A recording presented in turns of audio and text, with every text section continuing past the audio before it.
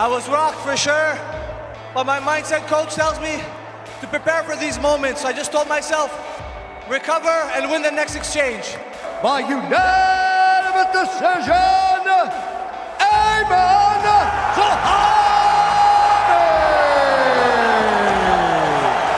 I'm too smart for these guys. I'm way too smart. I move way too good. I set up everything too good. I just need my chance, and I will get my chance. Youssef the Moroccan Devil Zalal!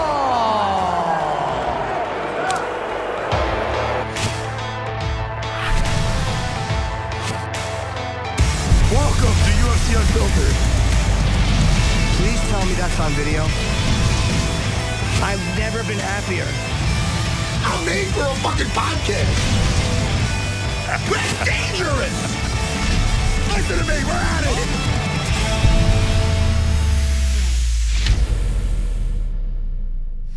Welcome to UFC Unfiltered. You have Matt Serra. You have a very tired Jim Norton. Oh, Jimmy. And we have Aiemann Zahabi and Youssef Zalal. That's okay. It is 1 a.m. Oh, man, Jimmy. I just got to Thailand. You see, you're in. Be careful. I know. I got to be. I know. Be careful I know. there. All right? Don't let no demons take you down a dark hole. You're a married man. No, I know. We just got in today. It's a very, very interesting place. Very nice. Everyone here is the people have been great. So again, we had dinner and that was it. That's good. I might go watch some Muay Thai while I'm here. You should, Jimmy. Maybe get some training. We got Aiemann Zahabi, I believe, in the waiting room. And we got to talk about some fights over the weekend. Yeah, he's fighting O'Malley on the White House card. That is such a good fight. Let's bring him in. Yeah. Oh, there's Aiemann. What's up, buddy? What's up, guys? How are you? Good. To see How are you? I'm saying Aiemann. It's Aiemann, not Aiemann, right?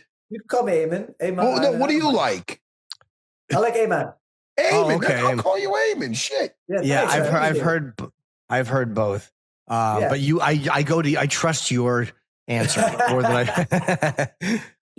Sometimes I'm confused about a name, so I'll hear someone say it. I'll hear like Anik say it, and then Bruce Buffer says it different, and I'm like, I don't know who the fuck is. I don't know who's right. Yeah, as long as you never say my name, I don't mind. You know, it's like people who talk trash. It doesn't matter as long as you're talking about me. Do it. Absolutely. Well, congratulations. Yeah, congrats. But Jimmy, I was going to ask: is it as exciting and special for somebody out of the country to fight at the White House? How do you feel about fighting on this White House card? It's huge. You guys have been kicking our ass all year. Listen, you beat us in hockey. You beat us in baseball. You beat us in the Paralympic hockey game. Like, we need a win. We need to win bad. You know what I mean? So I'm excited to represent Canada and be the only Canadian on the card. So it's like it's on my shoulders to take a win for us against you guys. And I'm coming swinging. Yeah, it's funny in the prep sheet. One of the questions that they thought like, hey, is this Canada-U.S. rivalry? And we don't have to ask. You answered it. You definitely are feeling a U.S.-Canada rivalry, and you definitely want to represent and win this 100%. Fight. And it's got to be satisfying if you win to beat a guy like O'Malley, who is a beloved fighter. You know, Trump loves him. So to be in the White House and beat a guy that the opposing president loves, it's got to feel good if you win. Yeah, it's going to feel incredible. Listen, it's going to feel like Matt Serra knocking out George St. Pierre. That's what it's going to feel like, guys. That's exactly like, I feel there's a lot of pressure on my shoulders for sure. But, you know, if you really believe in God and that God he has all the power, he can do something impossible. Like, why can't I win? You know, everyone's counting up saying, I'm a sheep going to the slaughter, but I have the 9th largest upset in UFC history. I win. I always win when I'm on the underdog. So like, it means nothing. The fans' opinions and the betting lines don't fight for Sean O'Malley. You know, at the end of the day, it's mano a mano in there. Dude, the cage doesn't care about the hype. Yeah. Man, it don't care. It doesn't care about the betting line. And you already bested, you know, a former champ in Aljo. Yeah. And he outweighed me by like 7 or 8 pounds. Oh, really? His weight, right? I weighed 136.8. He was 145. So I had to go up to his weight. It was like a huge mess. Yeah. It was, but, you know, I ended up coming up on top. And that's what made me more famous, is that I said yes to the fight regardless. I got sock kicked in the face 2 times. Thank God I survived. And then I ended up finishing him with not finishing, but I ended up finishing on top of him with elbows. It was nice. Now, Sean O'Malley is like, I mean, listen, Jose Aldo is a legend, and that's beyond huge. But Sean O'Malley, as of lately, with all like the younger generation and stuff, he's obviously a very popular guy. Not just because he's the former champ. He was popular before that. Yeah. He got beat by Merab a couple times. He's still popular. So, I mean, what did you think about when they offered you Sean O'Malley? Oh, it was like a gift because I called him out, right? I wanted that fight. You did. I'm very big into like mindset training and things like that. And there's a line from the movie with Bane in Batman where he says, "Your success has defeated you." It's like, sometimes people let success eat them alive. They get used to like a nice life. They got the Lambo, they got the Ferrari, got all this money. Yeah. I have nothing. Okay? I have a beautiful family. I have, decent life, but I'm hungry, man. It ain't easy for me to wake up. It ain't hard for me to wake up in the morning and go train. I love it. I want everything he has. I'm coming to take it. Had you and Sean been had negotiations started, or had there been conversations back and forth before they approached you about the White House card? Like, how did you find out this was going to happen? Okay, so I found out on the night of when they announced to the world that it's official because they called my brother on Wednesday. Hunter called for us on Wednesday, asking him, how would you think a fight with Aiemann and Sean O'Malley go? And for us, well, it's going to be a striking battle. They both like to strike. Aiemann has a lot of heart, so you'd expect fireworks. He's like, okay, well, do you guys want this fight for June 14th on the Washington card? And my brother's like, okay, I'm going to call Aiemann and ask him. He called me. I'm like, hell yeah. I'm like, let's take it, man. I'm like, I'm down. I wanted the fight. Now with this venue, with like all the politics around it, it's going to be huge. But when we said yes, we didn't get a confirmation. I still don't have a contract. Like, you know what I mean? So, yeah. And I know Dana said he's going to keep 2 options. And I heard in the pipeline that Corey Sandhagen was calling out Sean O'Malley. So I'm like, okay, I'm saying yes. For sure, Corey's saying yes. But I didn't know who got it. And then Saturday night, I saw my name. I was sitting with my wife and kids, and we saw my name come up. I was so happy. I was over the moon, man. And it's a great opportunity for me. Oh, shoot, man. Hey, you brought up Bane from the Batman. Batman, is that Batman Returns? No. Batman Gets Back, I think. But what a great villain. Hey, Bane was a villain, but isn't it hard to come up and follow Heath Ledger and be a good villain? He was I thought he was fantastic, Tom Hardy. Crushed it. Right? He did an amazing job, man. And, you almost kind of like side with Bane in a little way in that movie. Like, he made a lot of sense, man. And then he crashed the stock market and took the money from all the financiers.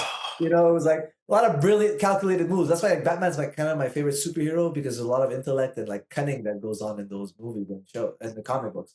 Yeah, exactly. Yeah. Dark Knight Rises. That was the last one of the Nolan trilogy. I like when the gangster's yelling at him, when the older gangster, he's like, "I'm in charge." And he's like, "Do you feel in charge?" It's like, yo. It's kind of how I feel. I kind of feel like Clubber Lang watching Rocky do his title defenses with Sean O'Malley. Like, I'm just in the quiet. Nobody knows really who I am. I won 7 straight in the UFC, and people trash talk me like, "Who are you? Who are you?" It's a funny thing, but I've been doing the work. I'm coming with substance. I am not coming as a flash in the pan. Coming as a finished product ready to take over. Just because you didn't notice me doesn't mean I haven't been around for 20 years. I've been cornering fighters in the UFC since I'm 18. I cornered Miguel Angel Torres, Yves Jabouin, David Loiseau. Cornered so many fighters, even Rory McDonald. I have a lot of experience, and I feel like my fight IQ shows when I'm in the octagon. 100%. Let me ask you, because like you said, you were cornering all these guys since you're 18. You don't perform like you're approaching 40, but you're 38. Why? What took it so long for you to get in? Because you were in the world and you're shining now. But did you get started late for your own fight career? No, I decided to go pro at 21, 22. But then after I did my first fight, professional MMA got banned in my province. Oh, I know the feeling. There was no promotions, and at 1-0, nobody's flying me out. It's banned for like 2-3 years, and even now in Montreal, in Quebec, the whole province, it's banned to have amateur MMA. So it's very hard for Quebecois, Montreal guys to get developed and have the fights. Now we have pro, but we don't have amateur. So we got to fight on the res, the Indian reservations, and we got to do it all secret. And it's like it's not easy to get there, and I like to say, my enemies plan, but God is the best of planners. I don't mind that I'm here at 38 because, I feel like I can handle the pressure. Like I have everything it takes to even make it and get to that belt. And I'm not worried about it. I didn't sustain too much damage. I have a good youth still. And I still have mileage on my body. I feel really good. It's not a card I like to play, the battle of attrition, but if I have to, I'm willing to do it.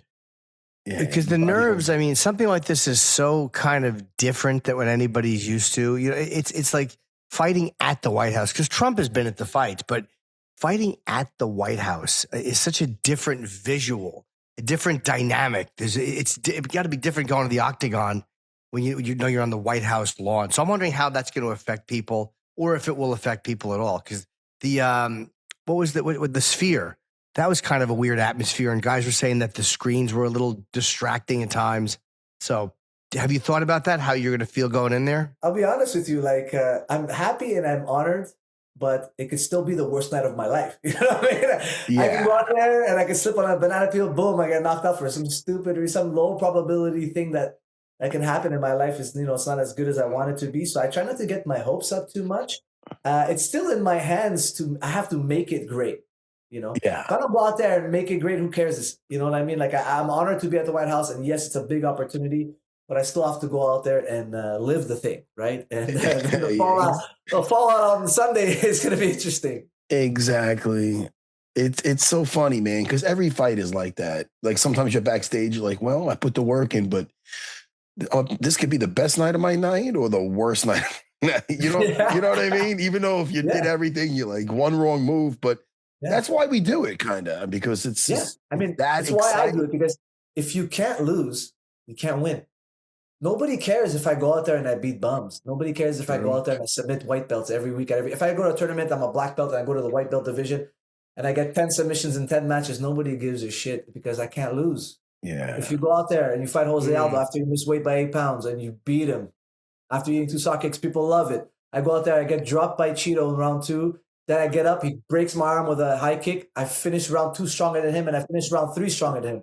You know what I mean? Some people say, oh, you barely beat Cheeto. You know how many guys would have quit when their forearm broke in the second round? I mean, not too many guys would have kept going. I don't feel like I'm getting a lot of the recognition, but I think after this one, after an exclamation mark on O'Malley, I can change people's perception of me. The mental part's such a huge part of the game. And I know St. Pierre went to a mental coach. You? What? Man. Well, listen, the shit worked. I want to find that guy. I want to throw that guy in the lake with the brick. But man, do you use his guy? His guy's great. No, I don't use his guy. I got another guy. His name is Mike Moore. Actually, he's from New Jersey. He's from the East Coast, but now he lives out in Arizona. He used to work for the FBI. Actually, this guy's programming my mind, bro. Honestly, I think he's amazing. Like I had 1 4 straight in the UFC without him. Then I got him for the Pedro Munoz fight. And, he really helped me tap into being certain I'm going to perform. Because, as fighters, we know it's a risk going in there, right? We all know we're not always for the risk. So kind of like takes the pressure off me that he tells me that as long as I focus on my performance and I know I'm going to go out there and give it my best, it's in God's hands whether you win or lose. You can't control whether you win or lose. You get the decision, you don't get the decision, you get the knockout, you don't get it doesn't really matter. But fans will respect you if they can see you fought with courage and heart and you've prepared well, you showed fight IQ. People are going to love you regardless of the result. So just make sure that we focus on those things. And that's what we deliver every time. And like my performances with him have delivered. So I'm very proud of that. And I'm happy that I'm working with him and he's helped me so much. I can't thank him enough. Had you been thinking about getting like a mental coach, or like what led into it? Like how long before that were you like, this, I think is something I need? Well, and what made you think that? It's when St. Pierre kicked my ass. Is that what it is? Don't actually, say that. I wish I started then. Man. But what's funny is that like when I was undefeated, my mindset was unshakable, right? I had never experienced losing, so like I was so strong. But then I had a fight in Madison Square Garden, my first fight in the US. I was the first fight on the card. It was GSP's return fight against Michael Bisping. He was the last fight on the card. It was supposed to be this mega passing of the torch moment. I'm starting the card. He's finishing the card. He's going to give me the mantle of Canada. I'm supposed to take it over, right? And I had hyped it up and I believed all these things that no matter what, it's going to be great no matter what. And that's kind of why I fell into that trap. And in the round 3 of that fight, I was putting the pressure on Ramos, but I was so arrogant that I wasn't worried about defense. And he hit me with a spinning elbow. I was the second spinning elbow KO loss in UFC history. The probability of that happening was so extremely low. But because I became so cocky and so arrogant, I got KO'd cold, out bad. And then the concussion was bad. So like, I felt like a car crash and I needed a solution. So I started reading a lot of like self-help books and books on psychology. And I was trying to get myself out of a rut. And then the fight after that, I felt like a shell of myself. And it was kind of even more embarrassing to lose by decision because anxiety was eating me alive. Then going out of my shield. And then I found this quote from this book. It was called The Tools. And it was, I love the pain will set me free. And I just changed it to, I love the fear will set me free. Because the thing is, at one point, when anxiety eats you alive, you can't jump. You can't take that risk. Like in striking, you know, if I go to throw a punch, that's when I'm the most open. It's not when I'm covered and I'm watching, right? When I'm opening myself. So if I want to be offensive, I have to love that fear. I have to be able to bite down on that bullet and take that chance and throw that punch. And then so I started reading all these books and working on self-help. And then when my buddy Jordan, he asked me, he's like, would you want to work with a mindset coach? I said, yeah, I would love one. And then, you know, it's been working out good for me. Yeah, that can make you gun shy with that. When you're thinking too much of what he's going to do back, now you're not pulling the trigger. And you that's where the timing comes in and the sparring comes in. And there's very rarely a time when you're able to hit him and he's not able to hit you back. Like you're going to be in range to get hit back. But that's how, you know, you can't be afraid to pull that trigger. And that's something that gets worked out in sparring. And like you said, you get a mental coach, that could definitely help.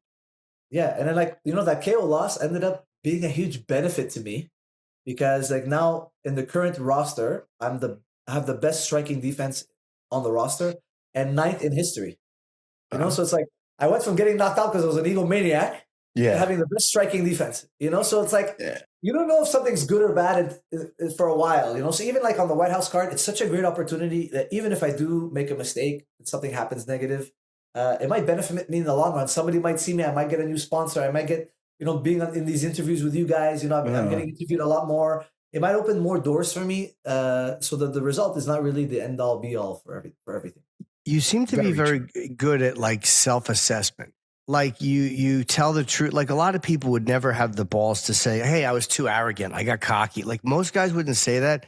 That's like a really insightful, it's really good to see these things in ourselves and be able to say it and go, yeah. Because I see when undefeated guys lose their first fight, like how does it affect? Some guys just come right on and then some guys lose 2 or 3 or 4 in a row because it breaks that image of themselves that they had as being undefeatable. Yeah, I totally agree. And, you know, there's a great quote. The more truth you can accept about yourself, the further you can go, you know, and I try to live by that, you know, and like I am my biggest critic. My brother Faraz, you know, he criticizes me as every time he's looking at me, he finds something wrong. Like, I can't even stand straight. I can't even stand properly. You know what I mean? But if he didn't do that, you know, he wouldn't really love me, you know, because he wants me to be the best I can be. You know, we're going out there at the end of the day, we're going out there for a fight. It ain't touch ball in the park like Nate Diaz one time he said. Yeah. So it's like, you know, he wants to be ready and he's very fanatical with the training and we're training very hard for this fight and we have 3 months to get ready and I can't wait. You know, I'm even going to bring out GSP with me. So it's going to be a heavy duty night for me. It's going to be incredible. And, you know, O'Malley had lost a couple in a row. And I wondered if that thing that you just talked about affected him at all. Like that whole there was like the Cheeto Vera loss first and then Tudor Marab. Like, did that shake his kind of view of who he is and make him react differently in the cage? Have you seen any of that in him since he lost those fights? You know, if you listen to people talk, you could get a little bit of an insight on how they perceive things, you know, and I feel like he has 1 foot out, 1 foot in. And, you know, he might surprise me. Like, I didn't think he was going to dig deep in that 3rd round when I was watching Song Yadong.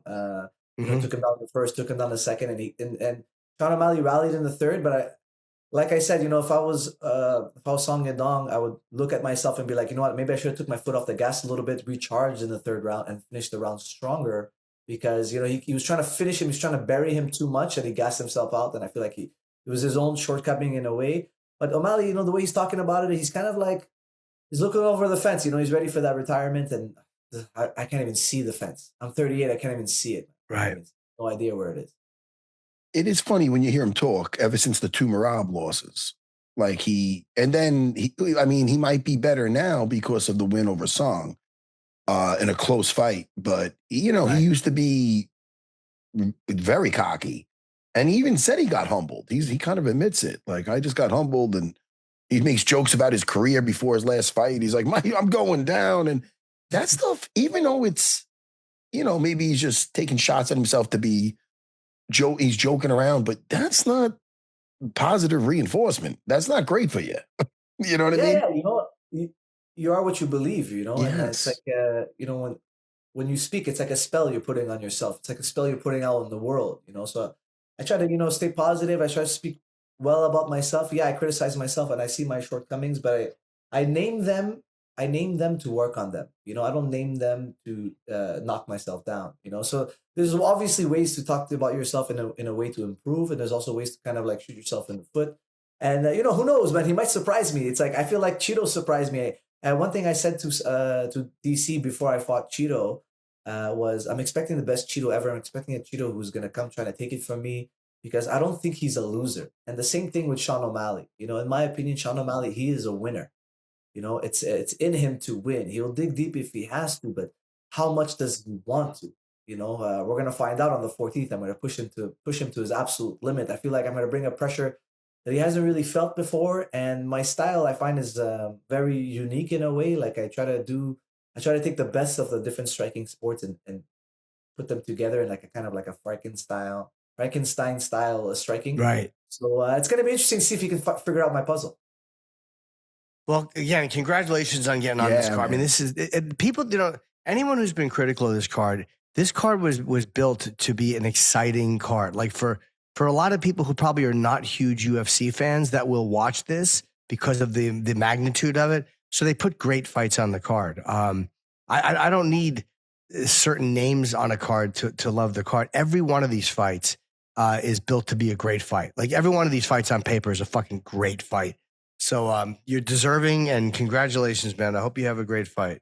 Thank you. To all the fans, listen, you're going to find out why we're there. When you tune in, you'll find out, Exactly, dude. I'm excited for the whole card. I'm excited for you. This is a huge opportunity, and you're not going to get a bigger stage than this to show off. So, hey, man, congrats, man, on this. And say hello to your brother for me and George. I will. Guys, George. Thank you guys for having me on. I really appreciate it. Of course. Yeah, we'll talk to you again, man. Take care. Have a great fight. Cool.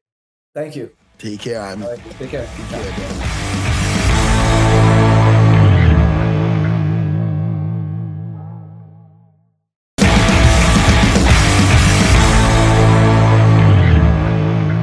I really do like the card a lot. Like, I mean, again, I don't, whatever names fight on it or don't fight, I never care. Like, I just want good fights. And there's not a bad fight on this. I mean, Lopez against Garcia is phenomenal. Cal Dox against Bo Nickel is a great fight. Mauricio Rufy against Chandler. I mean, what an interesting fight. I mean, Chandler gets these fights because he's a pit bull, and every fight is a bloody fucking barroom brawl with him, whether he wins or loses. Who's fighting Chandler? What would you say? Mauricio Rufy.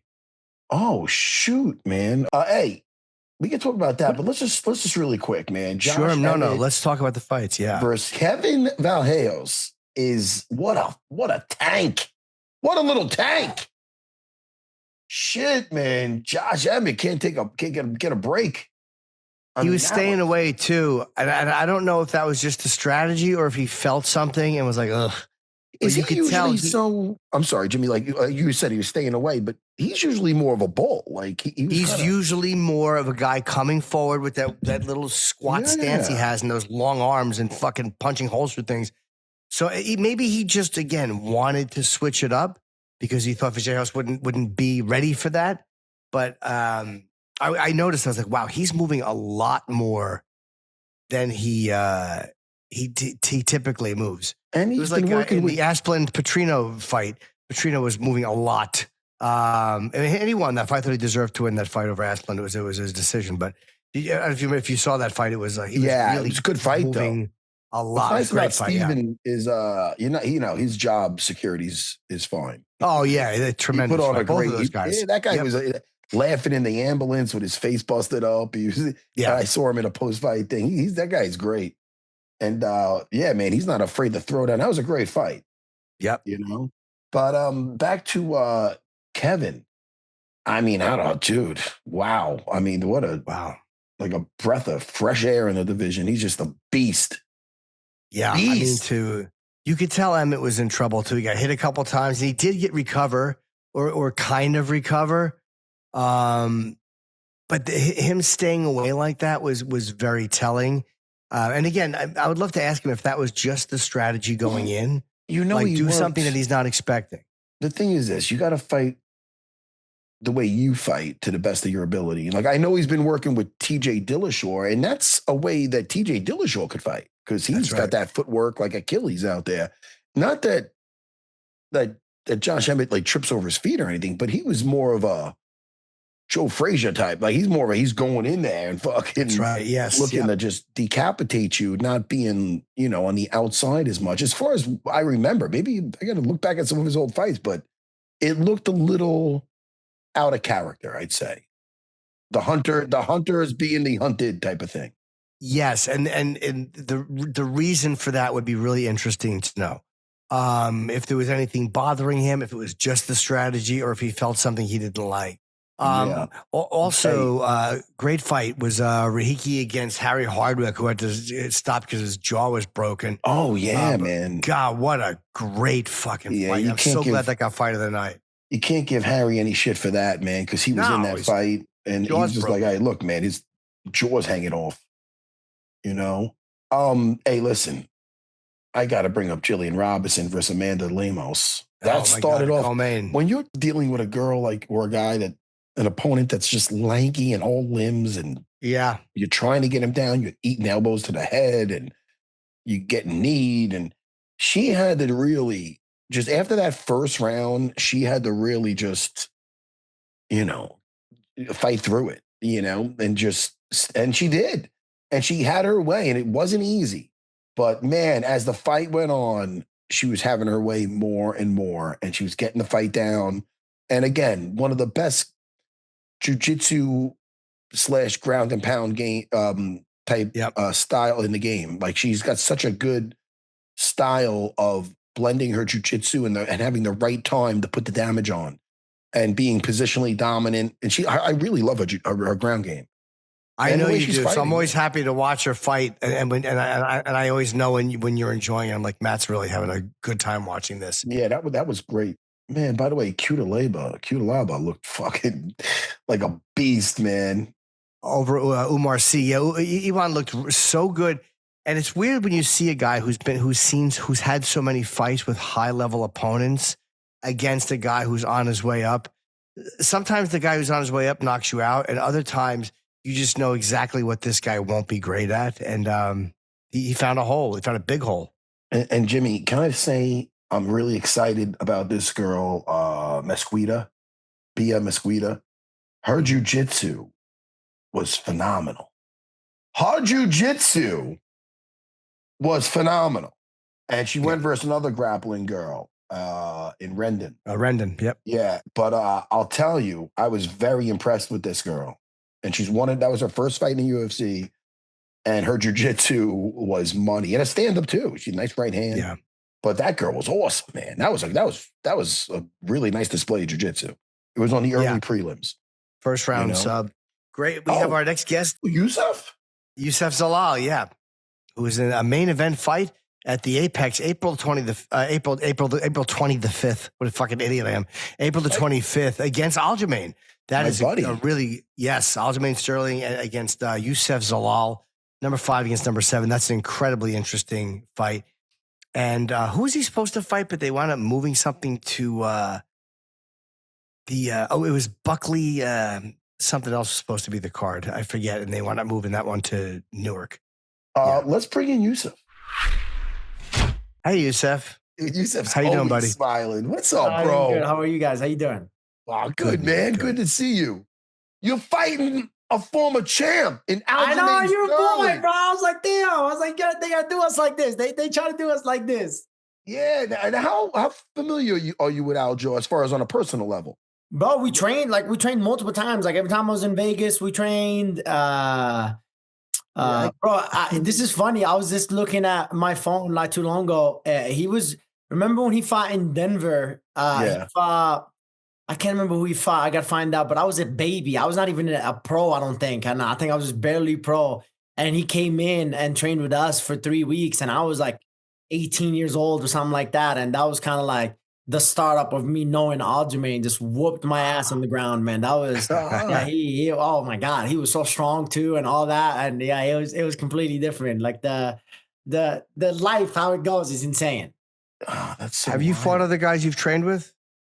No. Or is this the first time? Oh. This is the first time ever. And especially in that division, man, I feel like I haven't like really, like I'm cool with a lot of them, right? I never had beef with anybody except maybe Cater. Like he wants to run his mouth a little bit, but like Josh Emmett was just like respectful, just hey, that's it. But like nothing as close as Aljamain level. But yeah, that was just about it. Now, Aljo, you know, at this in this weight class, you could argue that he's undefeated in this weight class. His fight with Mansour. Mozart is the only fight that was very close, very toss up. That was very, very toss up fight, to be honest. I thought it could go any way. I think if Aljo would have done a little bit more in the third round, I think he would have stole it. But it was very close.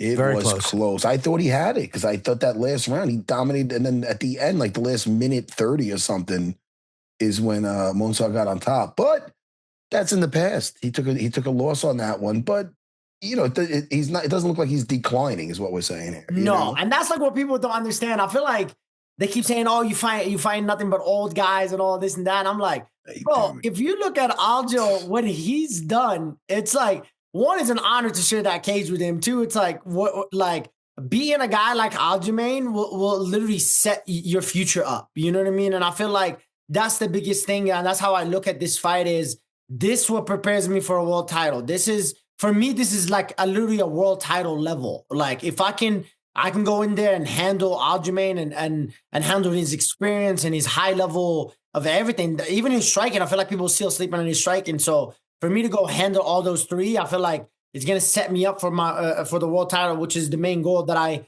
want to be, and I will be a world champion. You've won 8 straight, and it's after you had 3 losses and a draw, winless for a couple of years. And at what point in this amazing winning streak did you realize, like, okay, things have turned around now? Like, I mean, like, was it after the first or second win where you're like, no, this is what's happening now? That was in the past, and I'll have to think about it. I think after I did that tournament, and like my first 2 fights back outside the UFC, and I was like, okay, like I started like really getting connected to my mind a little bit. You know what I mean? I was like, okay, I do belong in here. I do deserve this, and I'm gonna go for a second chance at this. And not a lot of people get second chances, and this is the time to go do it. And I think since that moment it started clicking. And then once that tournament happened, and then the Ultimate Fighter, like I was supposed to do the Ultimate Fighter, and then they told me, oh, you a backup, and it kind of just put a fire in the fuel, to be honest. So it's kind of like, okay, I'm gonna prove to you how good I am, and I'm gonna show you how great I am as well. Did you watch the fights over the weekend with Josh and Kevin? Yeah. That's a little crazy young little crazy guy right there. So right, a very explosive guy, and this is the problem with this division. It's like you literally have everybody stealing the show from somebody, right? And then you have the Costa kid is fighting Arnold Allen now as a main event, and then like that fool stole the Josh Emmett win out of my win. So I'm like, he knocked him out. I submitted him.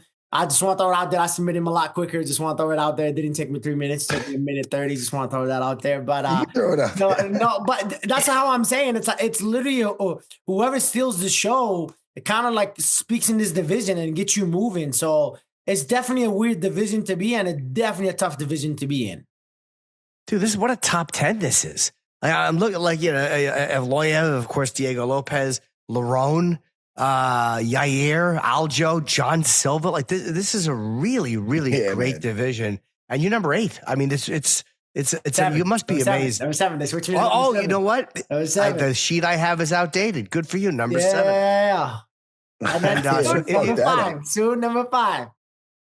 And if you hit number 5, I guess it depends on if you win and how it goes. Do you do you look towards? I have to say if because I'm friends with Aljo, so I don't need to have him pissed off at me.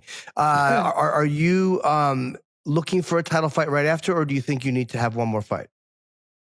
I definitely looking at the title, especially how you win. You know what I mean? And I feel like I messed up and I really pushed for Diego's last fight. I should have been fighting for the belt. I had everything and every expectations of the MMA community. Love to talk about numbers and facts and all this. I beat Josh Emmett that took Ilya to 5 rounds. I beat Josh Emmett that took Laurent 5 rounds. I beat him in a minute and 38 seconds. And then like all these things got in, a 5 winning streak, 4 finishes, all this stuff, you know what I mean? And of course, my little ass go in there and be like, oh yeah, Diego deserved the shot. Give me Laurent, blah, blah, blah. And I feel like I didn't promote myself and I can't wait. Like this experience is the best teacher. And I like 100%, I feel like going out there and putting a performance gets me a title shot. Now, when you get somebody like Aljo, you know, he's one of those guys where he's got a unique style. Because they say, oh, his wrestling, his jiu-jitsu. Yeah, he's funky. And standing up, you're like, well, he doesn't look like he's going to hit you that hard or something. But you guys are both very, elusive. Like you're on your feet. You're hard to catch. So with the game plan with that, is it you just leaving it up to the coaches? I always like to look at the game plan myself as well. But obviously, it's the whole coaching team that's involved. You know what I mean? It's like you said, like you have to worry about a lot of things with Aljo. You can't just one thing. Everybody know how good his wrestling and how his grappling is. Like that's like in the papers and everywhere. Everybody knows that. You know what I mean? So, but a lot of people like sleeping on the striking as well. Like you said, like he proved it a lot in the Brian Ortega fight of he can stand, he can move, he can toss around, he can do all that stuff. It reminded me almost like my style a little bit. You know what I mean? I feel like I like to move, touch, move that, and this is why I feel like this is going to be a very, very hard puzzle, and that's what like make me excited about it. You know what I mean? So it's like I said, this fight sets me up for the title, and I think this is the most important fight of my career, just because of how challenging it is and how hard this is. Because like you said, the guy has pedigree of winning and pedigree of championships and pedigree of all this. So I go handle that. The rest becomes a lot simpler. Not easy, becomes a lot simpler. You know what I mean? The confidence builds, the everything builds. So I think this is the perfect time for me, and it's a perfect test. I really do believe this is going to be the hardest test that's going to be out there for me in that division, not just striking wise. A lot of these other guys are one-dimensional, you know? It's either the striking, the grappling, or this, but like guys like Aljo and Volk and stuff like that, you have to worry about everything, not just one thing. Yeah, I don't think I ever seen a guy like just really turn his career around like you did. Like, you know what I mean? Like, yeah, and you can make a case for each other, your losses, whether it's a short notice or this and that, but like, I don't think I ever seen somebody leave on the note you left and then come back and do what you did. It's really something, buddy. Hey, I was really down. I was really down, Matt. I was down, bro. So I had to get out. I had to come back with fire. You know what I mean? And to be honest, I'm the guy like love to prove people wrong. You know what I mean? I feel like these guys are, especially the MMA community and the MMA fans and all this stuff. They don't like you being you. You know what I mean? They hate it. And sometimes they be like, oh, his style is this, his style is that, his style is this. He's not a finisher. He's not this. And for me, I took that to the heart, and I'm like, okay, like I had a chip on my shoulder the whole time, and I do better when I have that chip on my shoulder, and I feel like I have to prove to all these people and stuff like that. And hey, and this is what the beauty of it, and everybody loves a comeback story. You know what I mean? So for me to go out there and change my life and my family's life, and I always dreamed about this, I always manifested this, and I said this in plenty of interviews last year, and I said I can't wait to be on that poster. And I know a lot of guys like look at it like, oh, it's just a meta Apex and all this. This is a dream for me. This is a kid's dream. You know what I mean? When I signed my Tops signature things, bro, I was like, it gives me chills just talking about it right now, man. Yeah, like, man. For me, it's like those little things mean a lot to me. You know, it took me 4 or 5 years to even get Tops deal. And these guys had a Tops deal on their debut because they're show guys, they're fun guys and all this, you know what I mean? But my whole thing, I will always stick with this, and I'll always teach this to people. Always be you. Always be you. And F everybody else. They don't like it. F everybody else, because you're gonna move on and you live your life. You're not gonna affect my life. And yeah, man, I'm excited to share this journey with people that care. Oh, and when you see guys not being genuine, not being themselves, it's uncomfortable. You know, people can tell when someone is trying to be a troll. But like with Chael Sonnen, it's natural. With Conor, it's natural. That's why people like them. Like, it works. When you see somebody trying to do it, you don't want to force. So I think people like you. It's cringe. I like, why we gotta force it? Like, I like to talk shit. I hope you guys know, like, you guys haven't seen the Youssef talking shit yet. You know what I mean? You can ask about me in the gym and all that. But it's like, I don't need to go out there and do it unless I'm getting pushed and like really getting like into it. But I never got into it. I feel like I've been cool with everybody that I've known and everybody that I'm cool with. You know what I mean? I feel like even with Aljo, I was like, I love Ray. I love Matt Serra. I love all those guys. I was like, bro, it's like, this is crazy. But at the end of the day, it's like, even Aljo, we talked about it. We're like, hey, we both chasing dreams and it is what it is, right? And the UFC had their plan, so that's the end of it. You know what I mean? So, but yeah, I feel like some guys, like, I do see how the business is. If you look at it business-wise, you do get paid more, you do get pushed more, you do a lot of things if you talk smack, do stuff like that and all this stuff. But obviously, in the end of the day, it's like, I stick with being me, and that's it. And I'm not gonna change that. I don't care how much money you're gonna bring into me talking smack or not. It's the end of the day, I'm just going to be me. Shit, yeah, man, good. Let's do that because we like you. Let me ask you, and forgive me if we asked you this before, but we were talking about your amazing comeback, you know, when you came back to the UFC and what you're doing now. Did you have a mental coach involved or you didn't? Because we were just thinking of Aiemann Zahabi, and he dealt with, he was talking about a guy he uses. Did you have any kind of mental training for that? No, so I did it one fight outside the UFC. I kind of like one fight, like we were talking about journaling and stuff like that. And to be honest, I was kind of like, I was hard on myself. I really had to look in the mirror and like really just be honest with myself. And that's why I'm not afraid of throwing my insecurities out and seeing the fights and what I did wrong and not wrong. And that's why I'm freely open up in interviews about like, yeah, I did this, I did that. Like, this is how I felt. And that once I have that peace of mind for me and I'm like, okay, like I'm there, you know what I mean? Like, we put in the work, we grind, we do this, like we get to be hard on ourselves. We get to do a lot of things, but in the end of the day, it's like, we're the one who go in there, you know what I mean? And we're the one who go in and change everything and stuff like that. So for me, that was like kind of my thing. All right. So you didn't need to go to some shrink. No. I didn't need to do none of that. I didn't need to do none of that right now. Good. Well, you don't need one. You're doing phenomenal. Is this your first main event? First main event. First ever main event. So your first 5-round fight, or have you had them before? First 5-round fight. Never had a 5-round fight. Oh. And again, I know the way you guys train. You're all obviously overtraining, meaning you train beyond 3 rounds. But how much has that affected the way you're approaching this camp? I mean, because it is, 10 extra minutes with a guy who can go the distance. Aljamain can go the distance and be effective for 5 rounds. So how does that change the way you approach the camp? It changed a lot of things just because of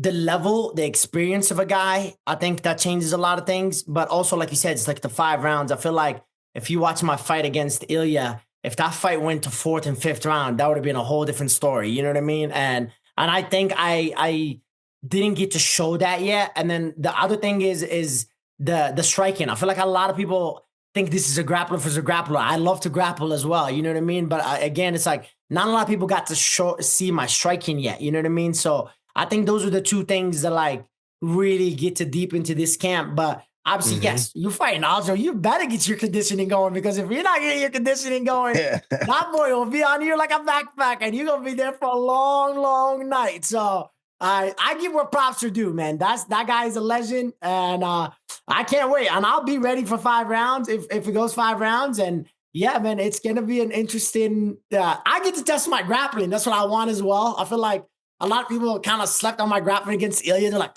oh, he just wrestled him, beat him up and all that. And I was just defending, you know what I mean? I was like not really attacking, but the second Youssef is just straight attacking, you know what I mean? So it's like, there's a whole different perspective. But this is like exciting puzzle. Like just talking about it, you're like, holy shit. Like this is interesting, man. Damn right it is. You're always a fun fighter to watch. You know that. And again, like Matt said, we're very happy for this Amazing run you're on. And look, we'll talk to you after the fight. Have a great fight. Aljamain, again, is Aljamain. You know how good he is. He's a former champion, and he still looks great. And he can fight for 6 hours. So have a great fight. Definition of black don't crack with him, boy. God damn. Like, how you look that well, he had to deal with 38? Marab. He was training with Marab for all those years. Like, you know what I mean? It's just the amount of cardio is just Maybe crazy. I'll start going training with Matt Serra too right after this fight, bro. I'm like, Matt, you gotta get me straight, bro. I gotta start backpacking these guys too, bro. You visit me, I'm taking you out to pizza though. Let's go. Hey, I got you. Come on, brother. Take care of me. I love that. Let's go. I got a spot. We'll do it after this fight though. It might be awkward. Let's do it, baby. Yeah, Youssef. Hey, man, we love when you come on here. We love watching your fight. We're happy for all your success. And your first main event, man, this is as exciting as could be. I'm happy, great fight. I'm grateful and I'm blessed to have that. So I'm very excited. Again, thank you guys for having me. I always have fun. And we can't wait to come back and keep the tradition going, baby. Let's go. Have a great fight, man. Good talking to you. Thank you, all guys. right, Youssef. Thank you guys. Take care, warrior.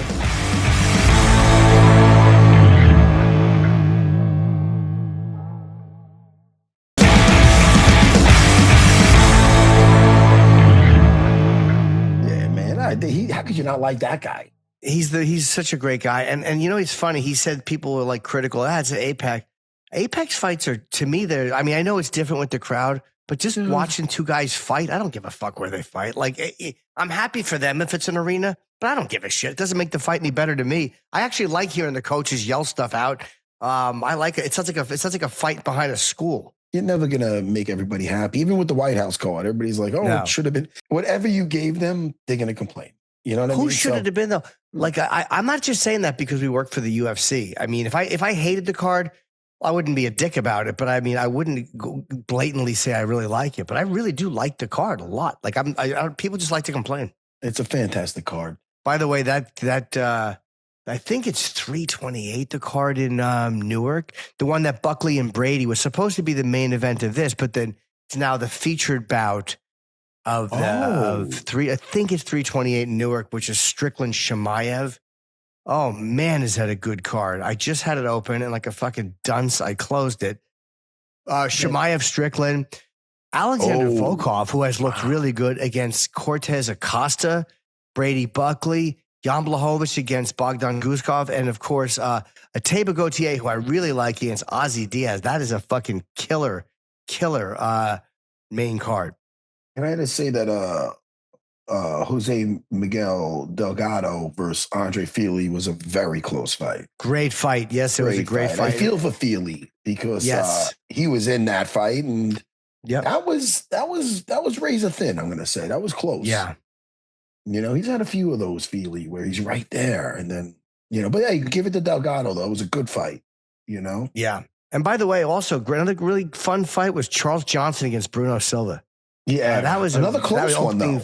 Another close fight, but it was just a really entertaining fight. Another really good night. And again, at the Apex, and all the fights were really good. So people who shit on the Apex, I'm happy it's there. We get twice as many fights as we should. Man, Jimmy, I'm having a good time. All right, I'm pal. going to bed soon. It's 2 a.m. Jimmy, yeah, man, let's let you go to sleep, little buddy. But when are you back in the States? When are you back? Not until early April. Man, Jimmy, you miss your bag? I'm probably going to have to miss an episode or something when I'm because again, after this, we go to Hong Kong and then we go to Tokyo and then Hawaii. You got a world tour? I know one of them. It's like a world tour. It is. Well, Louis does, yeah. But I've been having so much fun. Got to hit with Louis and this guy Greg Hahn, who's hilarious, and we're eating breakfast every day, going to the gym it's really been fun, man. So I'm now, having you have a pet now. Do you miss your pet? I do. I'll call my wife.